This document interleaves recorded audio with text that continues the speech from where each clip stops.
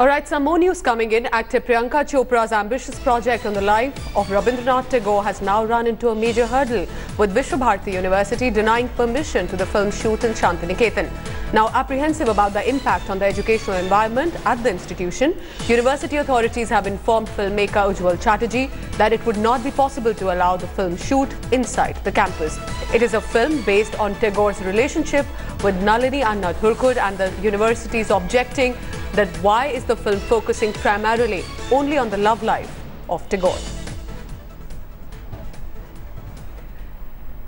So in fact, these are the details that have come in just now, that it was an ambitious project being made, but anyone who knows about Rabindranath Tagore knows fairly well that he was a multifaceted person. He was a painter, a writer, a poet, and so the question, it seems that the university is little concerned over specifically the one phase only that is being chosen here. It's a film on the relationship of Rabindranath Tagore and Nalini, Anna Tarkar. And my first objection is that why only on love life of Rabindranath Tagore? They can go to any other place. Script is good. I have no objection, but not shooting in Visva Bharti. University is for reading. University is for other activities, not for commercial shooting purpose. I am making Rabindranath Tagore's biopic. At the age of Rabindranath Tagore, 18 years old, he comes to Maharashtra to learn English.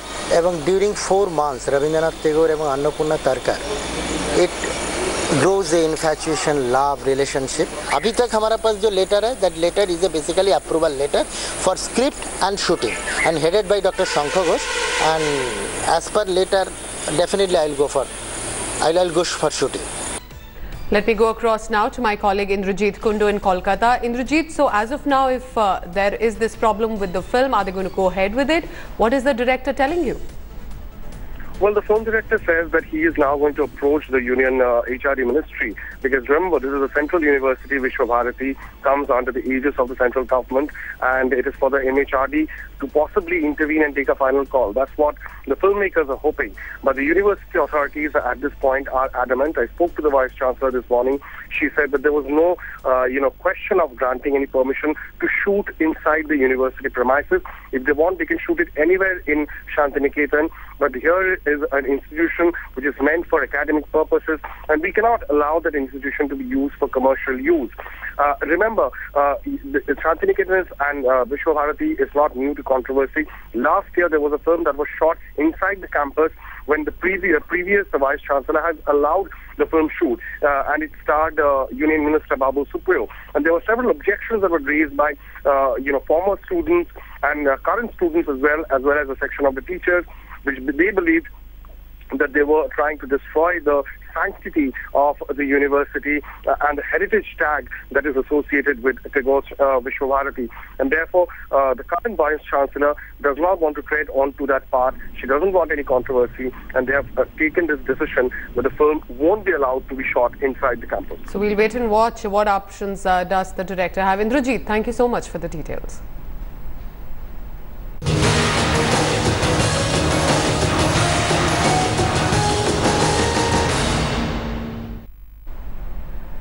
Now, liquor baron Vijay Mallya has launched an indirect attack at Prime Minister Modi by retweeting Congress President Rahul Gandhi's social media post on Twitter. Now, in this tweet, Rahul Gandhi had mocked Prime Minister's bid to fight back the black money and the failure of demonetization drive. Now, soon after, a Mumbai special court summoned Mallya, asking him to appear before it on August 27. What has been happening since then? Here's a report. High-flying liquor baron Vijay Mallya first defaulted on over 9,000 crore bank loans, then took off from the country and is now seen to be mocking the government. As the government's efforts to extradite the fugitive liquor baron reach final stages to bring him back to face the law in India, Mallya has launched an indirect tweet attack on Prime Minister Narendra Modi, firing from the shoulders of Congress President Rahul Gandhi. Liquor Lord Mallya retweeted Congress President Rahul Gandhi's post on social media site Twitter, mocking PM Modi's war on black money and the demonetization drive, triggering a massive war of words between the Congress and the BJP. See, no one has doubt in this country about connivance between Vijay Mallya, the fugitive, and the Congress. You know that how then Prime Minister Dr. Manmohan Singh had facilitated loans to Kingfisher because he had said that Kingfisher cannot be allowed to die. It just goes to show the brazen, the arrogance of fraudsters who've looted thousands and crores of our Indian taxpayers' money and are enjoying their life in foreign shores thanks to the Narendra Modi government. They seem to have immense faith in the Narendra Modi government and are absolutely convinced that they'll get all protection from this government. Hence, they continue to retweet such tweets with such blatant arrogance. A special Mumbai court has summoned Vijay Mallya, asking him to appear before it on 27th August. Earlier, the ED had moved court seeking to confiscate Mallya's assets worth 12,500 crore rupees. This comes just days after Mallya released a 2-year-old letter to Prime Minister and Finance Minister Jaitley, playing the victim card and claiming to have been made a political pawn and a poster boy of bank default, and then offered to settle all his dues if his seized assets were freed up as a bargain. Mallya then spoke to India Today and clarified that the settlement offer was not made out of fear or extradition. Mallya said he had sought the court's consent to sell 13,009 crore assets and will continue efforts to settle with banks. Speaking to India Today, Mallya said that the ED, CBI would be exposed if the sale of his assets was stopped, and that would only prove that he was being targeted. It's the first time after Mallya has offered to pay back that a Mumbai court has issued a warrant against him. The Enforcement Directorate is seeking to confiscate 12,500 crore worth of Mallya's property under the newly Economic Fugitive Ordinance. If Mallya fails to produce himself before the court, he'll not only be declared an economic fugitive, he also is likely to lose all his assets. With camera person Siddesh Mustafa Sheikh in Mumbai for India Today. Well, I'm now joined by the Congress and the BJP spokespersons. From the Congress, Professor Gaurav Vallabh, and from the Bharatiya Janata Party, Sanju Verma. First, over to you, Professor Gaurav Vallabh.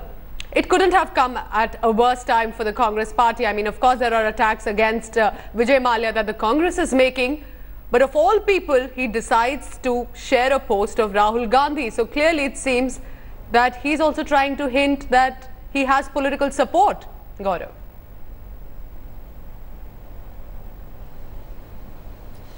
See, what tweet he had retweeted is the tweet where Rahul Gandhi ji is saying that how under the current regime, under the Narendra Modi ji, how every year they changes the goal post regarding the black money, and how the black money and the Swiss in the Swiss banks had increased in 2017 by 50%. So he is making mockery of Prime Minister and the government, that see how you are changing your statements, and after changing your statements also every year, for 2014 something that everybody will get 15 lakh, 2016 that I will bring back the entire black money, and now you are saying that money which is there in Swiss accounts is not necessarily black money. See, even a child knows that of the opposition party's president Rahul Gandhi. He knew if he would share that post, it would be picked up in a political manner.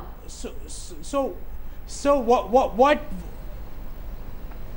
what he wants to convey, he wants to make a mockery of the system. That see, this is your this is what shared by Rahul Gandhi. This is your true face, and I am just resting in London with your blessings. Sanju Verma from the BJP. Go ahead, Sanju. I am staying. I am happy in London, and you guys continue what you want to do.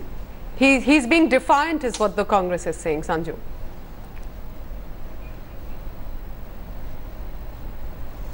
Okay, I listened to Professor Vallabh very patiently.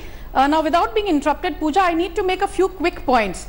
Do you remember the swagger and the swag with which Vijay Mallya, as recently as December 2017, said, let the Indian government do what it will. The fact remains that I am not moving an inch.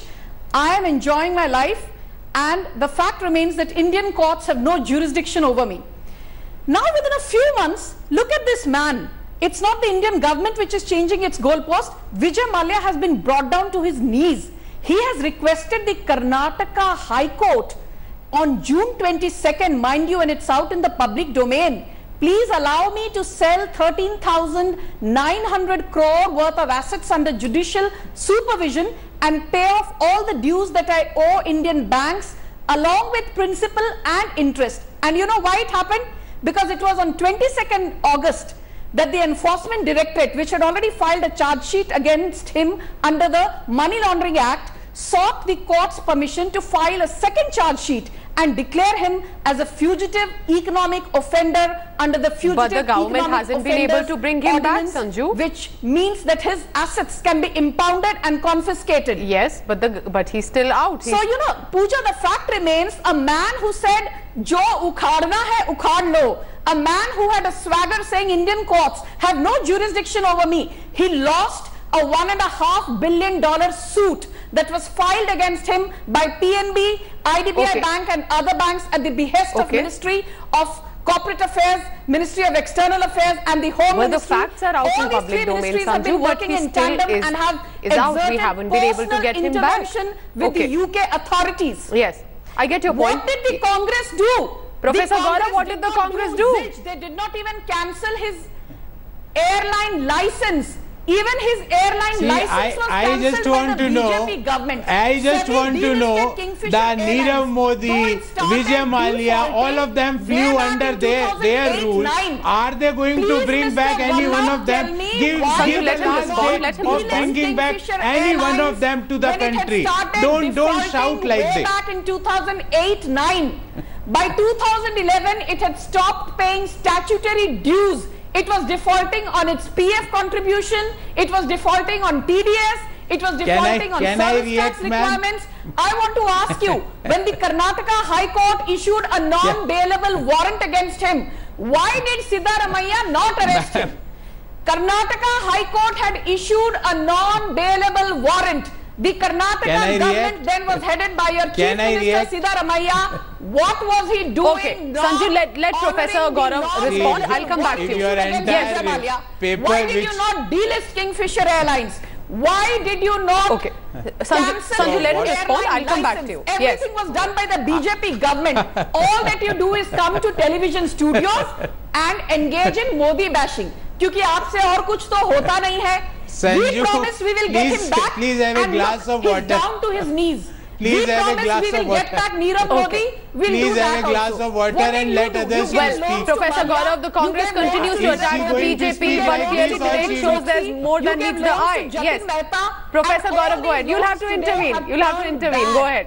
The 10 lakh crore NPA crisis in India is if she is going to stop, let her, please ask her to stop, otherwise I can't shout like her. I had a decency. Yes, go ahead now. Go ahead. Now can I speak, ma'am? Please do. Okay. What I mean to convey, entire country knows that when Vijay Mallya flew out of the country, who helped them to flew out of country, who helped him to settle in London. Everybody knows it is only under the Narendra Modi government he flew out of the country, and how he flew. But when were the loans given? My very simple question to my UPA cannot get away that easily, sir. Whether it's Nirav Modi, whether it's Vijay Mallya. I'm coming to that. I'm coming to.